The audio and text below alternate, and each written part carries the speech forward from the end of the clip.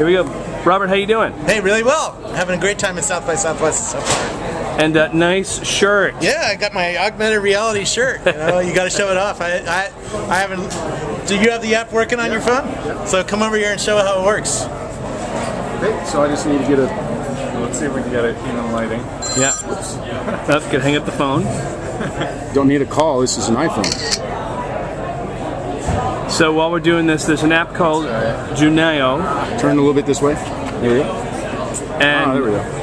Robert is wearing a augmented reality marker. It's a physical marker, and we're just kind of futzing with it.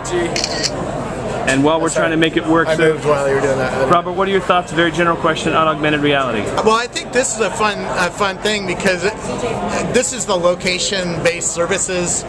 South by Southwest, I mean, Foursquare and GoWalla are going nuts right now with everybody checking in, and this is a really cool way to check in on a social object, which is like my shirt, right? So you can actually take a picture of the shirt. It recognizes the shirt because it recognizes the pattern on it, and it recognizes it's my shirt, and then it shows you something fun on it, a little animation or a little game or something like that, and then it can also go to Foursquare and GoWalla and check you in and say, hey, I'm hanging out with Scoble here in this bike shop. And just in general, do you see? Oh, here we go. And I'm sorry, really quick. Yeah. So now click on it. So you earned 15 points. I got 15 points. Yep. Sweet. Scobleizer, by the way. This is the Scobleizer clue. Yeah. Yep. Here, show Robert. Show Robert that. No, show Robert that. No. Go back. See, that's your. Oh, that's cool. Tweet. Excellent. Wait. But now, There we go, and there's your latest tweet. That's Awesome. your latest tweet. So now when Traffic you in San Francisco. So you can see how these systems are all hooking up together to go into Twitter. Soon there'll be Foursquare, GoWalla, whatever. They'll all hook together, and that's really powerful. I just saw another guy who developed a map that shows real-time check-ins around Austin on a live map. So you can see hundreds of little check-ins on GoWalla, Foursquare, and on Junaio, and how they pop in. It's really cool. That's awesome. Do you see any differences? I mean, I call augmented reality everything, meaning GoWalla, but well, GoWalla is not really augmented reality to me. That to me is a location-based service. Augmented reality is when you take video of something real like that bike and maybe put something on top of it. Like you could train a mechanic on how to change the chain on this bike, or how to do something on the bike, right? Like the BMW or stuff, you could be walking around with your iPhone and getting more information on this bike. And hey, here's some Kevlar tires. Here's some, here's our new forks that are going to be lighter. Something like that. That would be augmented reality to me. What do you see? A lot of people say augmented is a gimmick. What are your thoughts there?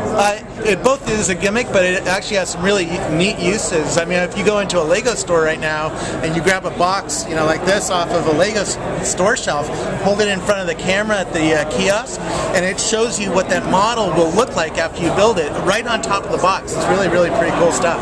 Well, that company Mateo is the same company that made this product. I know that. I interviewed them. No, I'm so sorry. Of course, I know, and they're going to be here, by the way. Lisa and Nora really want to talk to you, by the way. Okay. So, any other thoughts? Where do you see general population adoption of augmented? What do you think? I think as more people get smartphones and more people start seeing the advantages of some of these overlays on top of the physical world, I think you'll see more real-world use cases. Like if you go to, let's say, London or New York, there's augmented reality apps that you hold your iPhone up and it shows you where the subway stops are. That's really, really useful stuff. That's not a fad or a gimmick, right? That can really help make your experience in that place a lot better. Awesome. What industries do you think augmented might disrupt? I don't know. I don't know that I think of it that way. Mapping. Sorry.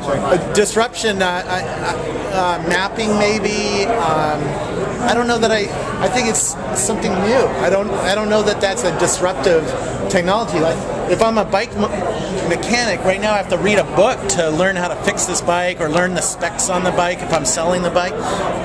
With an iPhone app, I can just hold it over and it would show me stuff about this bike, right? So I don't know that disrupts something. I think it's additive. It adds on to your experience. But certainly map companies are being disrupted not just by augmented reality, but by Google Maps and Bing Maps. And if you're a mapping company and you're not in that space now, you're out of business, right? So Have you seen the dating services like Social Spark that are incorporating AR? No. It's similar to what you're just saying, but instead of finding like a local subway, if you're signed into the service, you can say I want to find a date, and you see them.